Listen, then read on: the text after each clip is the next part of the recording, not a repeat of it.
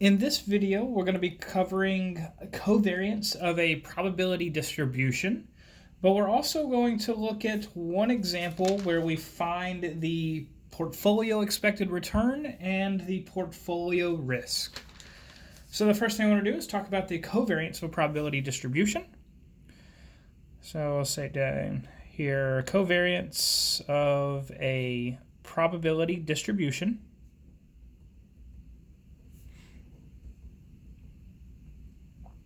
A reminder that the covariance is a measure of the strength of a relationship between two variables.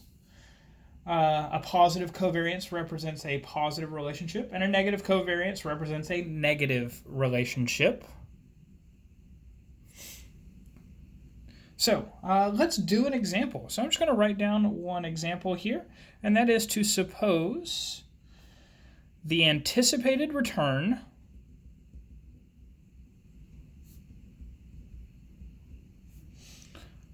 for investing $1,000 into each stock is,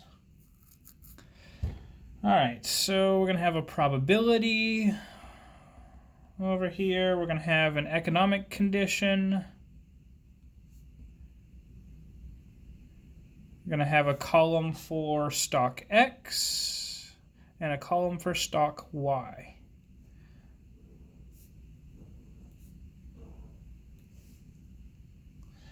All right, so the probability of the first economic condition is 0.1 or 10%, and that is going to be a recession.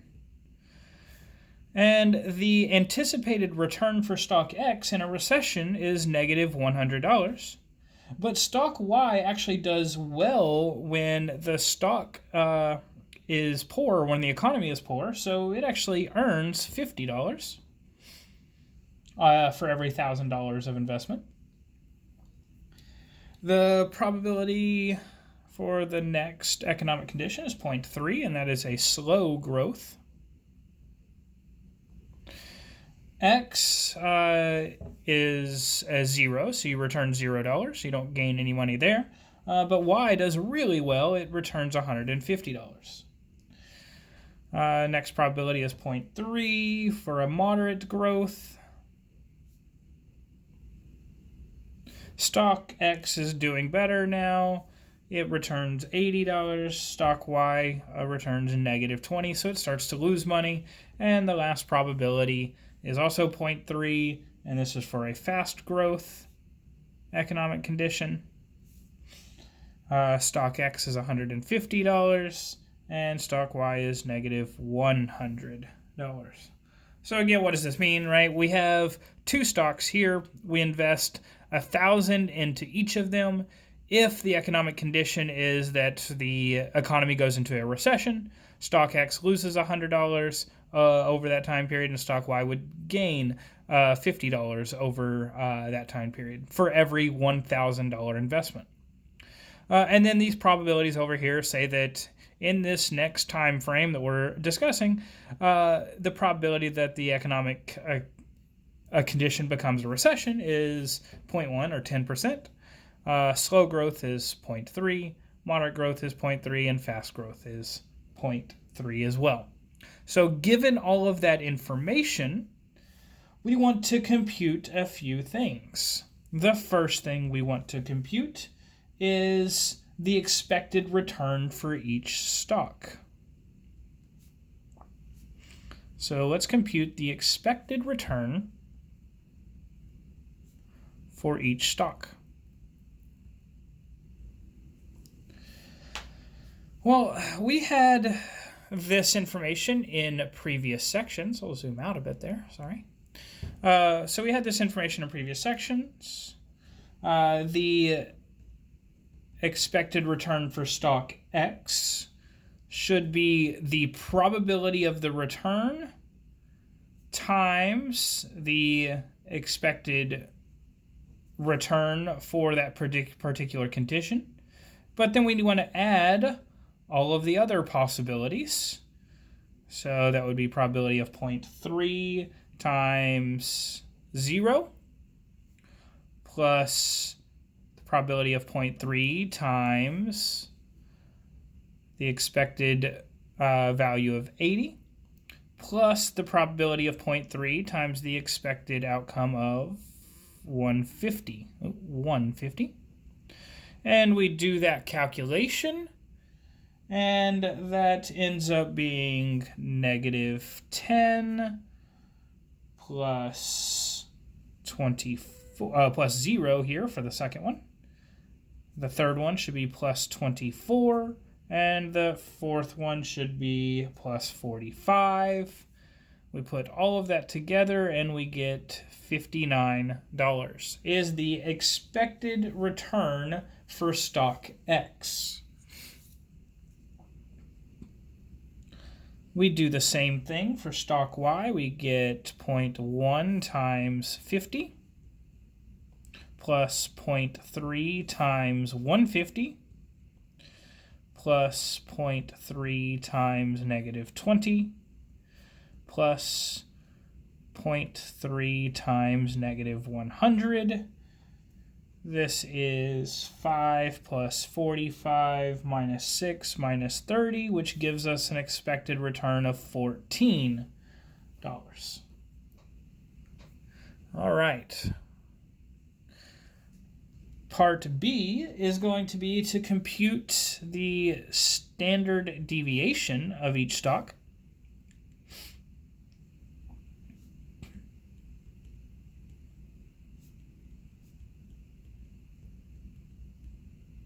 Reminder that the standard deviation of each stock is just the variance, the square root of the variance. So we're going to first find the variance of X, and that is sigma squared of X. Reminder that that is our notation. And that calculation is a sum, but it's the sum of one outcome, so -100 here, minus the mean, so it's 59.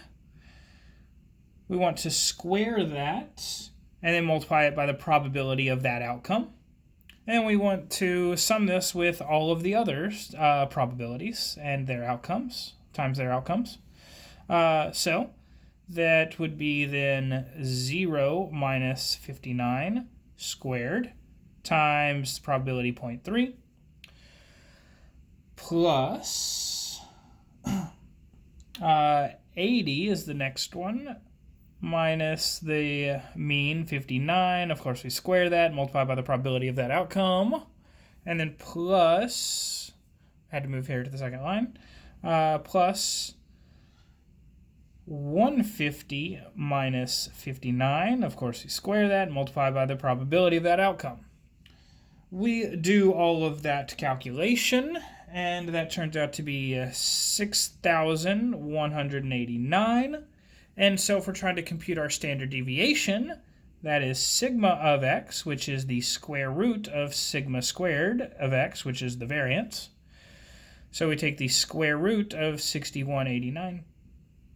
And that turns out to be approximately 78.67. We also want to calculate the standard deviation of Y. So I'll turn the paper over, and we will calculate that now. So we first calculate the variance of Y. And that value is, all right, so our first outcome was 50.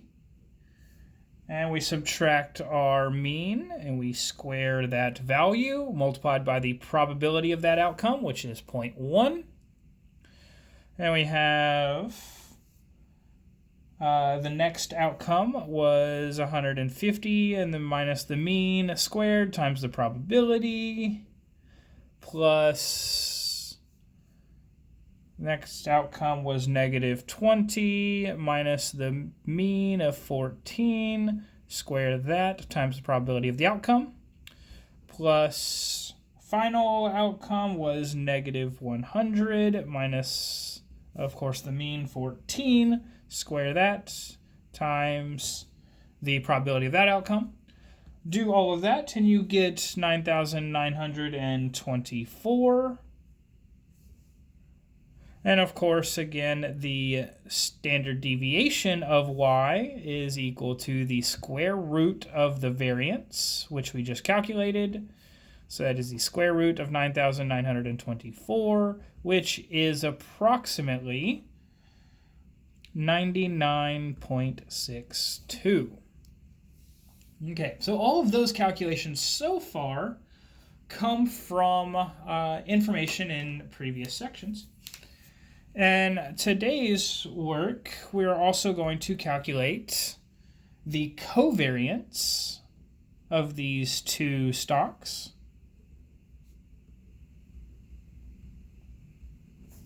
And since this is new, I'm going to write down what that formula is here, but you should have already looked that up in your book as well. So the covariance is the sum from I equals 1 to n of x sub I minus the mean of x times y sub I minus the mean of y, the mean or the expected return of y, times the probability that those occur. So let's go ahead and plug in all of that information. So sigma of xy, i.e. the covariance of stock x and y, is, all right, so the first value is negative 100 for x. We subtract off the mean. We multiply this by the value of y, which was 50. Subtract the mean of y, which is 14, times the probability that those occur. Well, the probability that those occurred was 0.1. And of course, then we add the values, the second values. So that was 0 minus 59 times 150 minus 14 times the probability of 0.3. I'm going to move down to the next line, but the next one is, I've actually got to look back at the previous page. So if we look back at the previous page, we get 80 is the value for x, negative 20 is the value for y. So we get 80 minus 59 times negative 20 minus 14, and the probability of those outcomes was 0.3, so multiply by 0.3, plus, and then finally, flip back over just to check, x is 150 and y is negative 100. So this is 150 minus the mean times negative 100 minus its mean, minus the mean of y, which is which was 14, sorry, times the probability of those outcomes. We do all of these calculations, so this value plus that value plus that value plus that value, and we get all of that, and that is equal to negative 6,306, which tells us there is a negative correlation between the two, which makes sense, right? As if the economy was good, stock X did better than stock Y, right? So stock X had a good growth if the economic condition was good. Stock Y had a negative growth if the economic condition was good. And then vice versa. If the economic condition was bad, then stock X did poorly, but stock Y did well. So there is a negative correlation between those two. So this value, this negative value here, makes sense. Okay.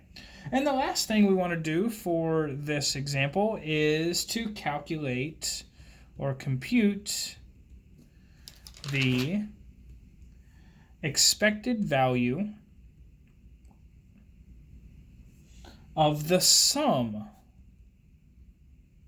of two variables What that is e of x plus y, and it turns out that formula is just e of x plus e of y. And we already calculated that on the previous page. E of x was 59, e of y was 14. So our expected value of both is $73.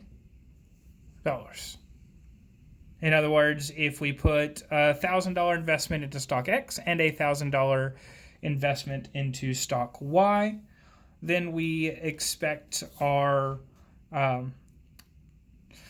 outcome to be $73 is the return over whatever time period these values were calculated at. Okay, so that is our first example. I actually want to do one more example for this section, and that is to discuss portfolio risk. So our example 2 is, suppose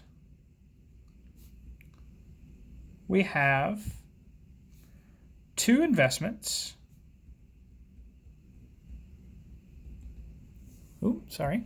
Zoom out a bit there. And these investments are X and Y with the following conditions. Let's assume our expected value of X is $40. Let's assume our expected value of Y is $80. Let's suppose we calculate our variance of X, and that is 10,000. Our variance of Y is 14,000. And let's suppose we were able to calculate our covariance, and we found that that was 7,500, which represents a positive correlation between the two. Let's suppose we have all of that information. And we are going to suppose that the weight of our investment of X is 80%.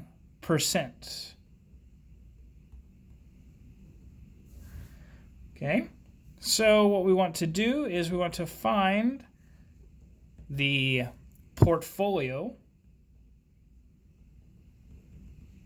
expected return. So before we actually do that, let's try to understand what this means. We want to find the portfolio expected return of these two stocks when we give 80% of the weight to stock X and thus 20% of the weight to stock Y. So in our previous example, where we calculated the expected return of 2 investments, we said, well, if we invest $1,000, we get an expected return of $59 for stock X, and if we invest $1,000, you get an expected return of $14 for stock Y. Well, that's if we invested $1,000 into each of the stocks. What if we had $1,000 total to invest, and we put 80% of that, or in other words, $800 into stock X, and thus the rest, the other $200 or 20%, goes into stock Y. So now we're going to calculate our expected return there. Our notation is E of P, and our formula is the weight of X times the expected return of X plus the weight of Y, but the weight of Y is just 1 minus W times the expected return of Y. And this makes sense. If in the previous example, $1,000 was invested and stock X returned $59, well, if we just multiply that by 0.8, if we gave it 80%, then 0.8 times that $59 would be how much we would get back if we only invested $800. And similar, if we only invested $200 into stock Y, then 0.2 times the 14 that we had returned when we invested $1,000 would tell us how much we would get back if we invested $200 for stock Y. And we add those up, and we get the total expected return. So we're going to do that for this problem here now. So our weight here is 80% for stock X, and our expected value in this particular problem for stock X is $40. Plus 1 minus W, so 1 minus 0.8 is 0.2, times E of Y, which was $80.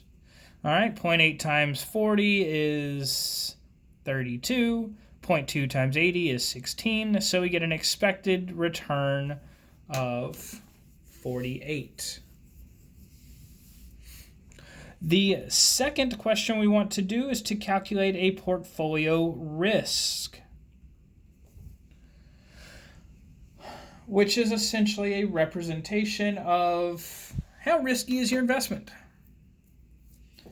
Well, the formula for that, which is also in the book, is sigma of P. So our portfolio risk is the square root of, and our formula is W squared times the variance of X plus 1 minus W squared, which is the weight of stock Y squared, times the variance of Y, plus, this is going to go a little further, plus 2 times the weight of X times the weight of Y times the covariance. And this is how we calculate our portfolio risk. So let's go ahead and plug those in. Sigma of P is equal to, all right, W is 0.8 here, so that is 0.8 squared. The variance of X,